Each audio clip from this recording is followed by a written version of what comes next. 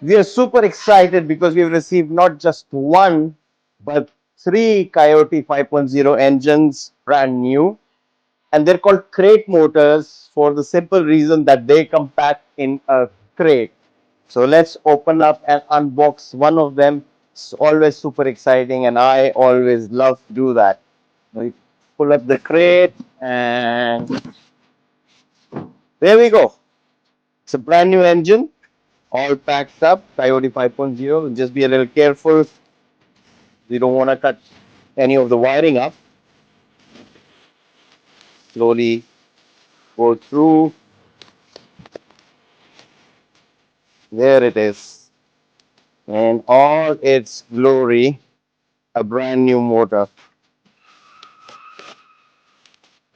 So brand new, 0 kms, ready to go in a Mustang and 460 horsepower. Car's ready to roar as soon as this goes in.